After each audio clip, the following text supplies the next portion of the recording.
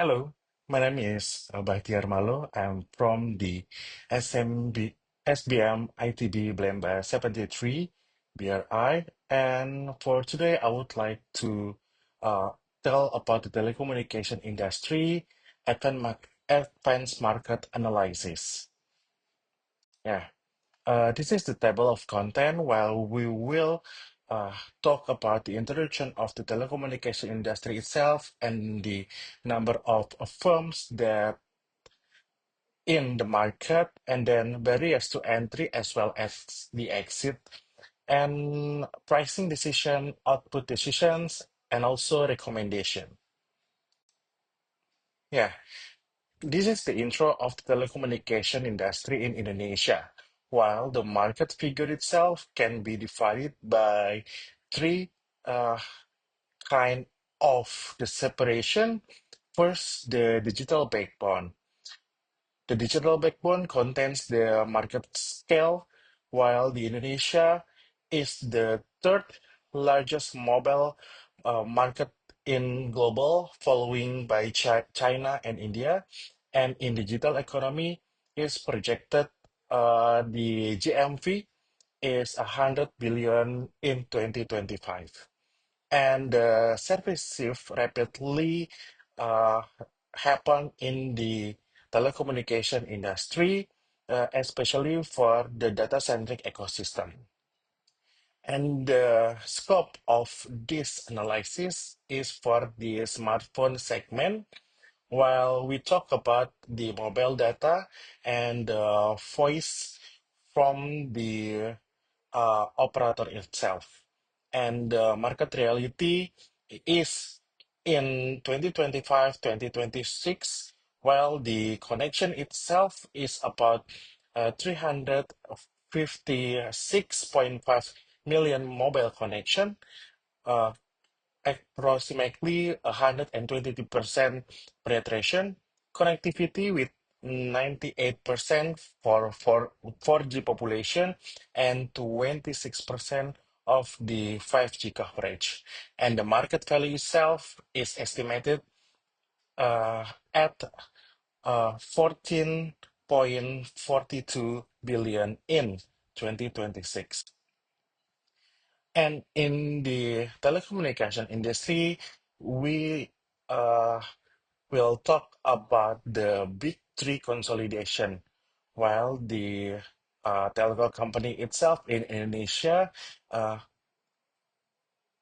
the players are Telkomsel, Indosat, and XL Axiata. While the status of the Telkomsel is undisputed as a market leader, while the Indosat is a primary challenger and XL as the newest powerhouse. And the background itself, the Telkomsel is a subsidiary of state-owned Telkom Indonesia, and the Indosat Ooredoo is the merger of Indosat Ooredoo Qatar and Hutchison 3. And then for the XL Axiata is the strategic partner merger of Axiata Group Malaysia and the Smart Friend Sinarmas Indonesia. And the key advantage of the Telkomsel is 45 until to 55% market share cover 97% of the population, while the Indosat Ooredoo itself is the second position with approximately 20 to 25 market share and heavily focused on the youth segment and cost-efficient data plans under the IM3 and 3 brands, while the XL Axiata itself is a digital champion with a combined subscribe by 94.5 million. And that leads to the conclusion that the market positioning first is a Telkomsel because they have infrastructure leader, and followed by the Indosat Ooredoo, number two, as a value leader, and XL Axiata with the high growth potential. And when we talk about the barriers to entry and exit in telco company, the barriers to entry can be explained in the massive capital expenditure, while the telco company have to spend massive costs in the capital expenditure, and the spectrum scarcity high in cost and regulatory hurdles when they have to fulfill the TKDN regulated by the government. And last but not least is licensing and the bureaucracy for using the frequency that have been regulated by the government. While the barrier to exit itself is asset specificity, where there is some difficulties when you have to move your capex to exit the market, and the regulatory obligation why they have to fulfill it, and then the interdependence and spectrum returns while they have also to fulfill it as the government mentioned in the policy. The real case study of the barriers to entry and exits is the exit of the CDMA technology by Techcomflexi, while the prime example of exit barriers in Indonesia is the Telkom's exit from the CDMA industry. First is the problem, while the declining subscriber of the global shift from towards GSM or LTE technology made the Telkomsel CDMA service like Flexi is decreasing.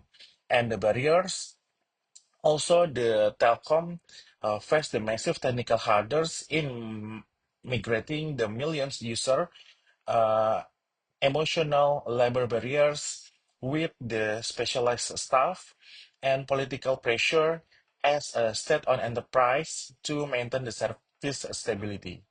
And the solution of that case is Telkom overcome these barriers by leveraging its subsidiaries, which is Telkomsel, to absorb the Flexis frequency to migrate customer to its supervisor GSM network. And on the pricing decision, as per the curve given on the screen, is the Indonesian telco market. Uh, well, we can see that the element of the high average total cost, and then the price itself, and the MC margin cost, and the gap of ATC and APC, and the result of the pricing decision uh, of this industry is the pricing strategy. While they will have the psychological pricing, such as like variant, like the entry level, and then package strategy for the 20 to 30-day cycle, and then they can do the premium 5G monetization strategy. And the output itself, like I mentioned before, is the strategy where they will have the various size policy, and then spectrum allocation, and 5G routing, and then the regional cluster management that can be divided by the geographical pricing and 3T area strategy. And the conclusion and the recommendation itself, like we mentioned before, that the parameter of the industry, like number of firms, is few, barriers to entry and access is significant, pricing decision is a strategical pricing, for the output decision is as output restricted, and PNC is P higher than MC. For all those the parameter, we could say that the telecommunication strategy and telecommunication industry is the oligopoly market. Well, we can say that the recommendation for telecommunication firm is deepen the FMC integration, ESG-driven efficiency for boosting their value as well as their profit.